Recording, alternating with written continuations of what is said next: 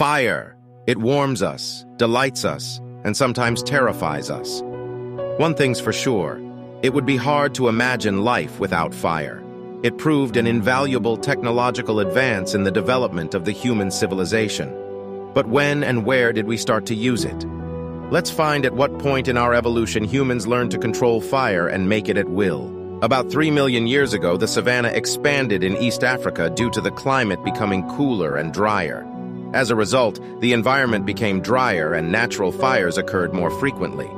At first, like other animals, hominids would run from it, but later they discovered that they could interact with fire safely and actually benefit from it. Back then, burned-out landscapes had great foraging payoffs for them. They learned that charred carcasses of animals and baked plants to be found after a forest fire tasted better than raw meat and roots they were used to. From 1.5 million years ago onward, early humans did not have fire-making skills, but rather collected burning branches, set alight by lightning strikes and other natural causes. After its discovery, fire came to be used in a wide variety of ways by early hominids. First of all, they began to recognize its benefits like warmth, light, and protection from predators. Moreover, fire broadened the range of edible foods and prompted new ways of hunting. Hunters with torches used fire to drive animals into traps. 780,000 years ago, early humans had no idea how to start a fire. Rather, they would have learned to control it. In Israel, researchers found burnt seeds, wood, and flint in clusters suggesting hearths. An important turning point in the use of fire occurred around the eastern Mediterranean 350,000 years ago.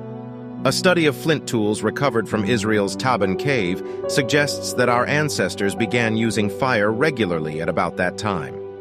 Findings from Israel's Kesem cave show a similar pattern. Here, archaeologists found the oldest known hearth, which had been used repeatedly over time. A hearth full of ash and charred bone indicates that early humans sat around fires as early as 300,000 years ago. At this stage, fire began to be used to modify the mechanical properties of materials. Among some interesting archaeological evidence of this period, spears of fire-hardened wood are worth noting. The practice of heating a pointed spear tip in fire was a way of making it sharper and harder.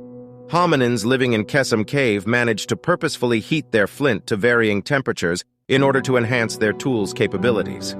200,000 years ago, humans still collected and maintained fire, but had not yet learnt to make it themselves. However, they discovered new uses.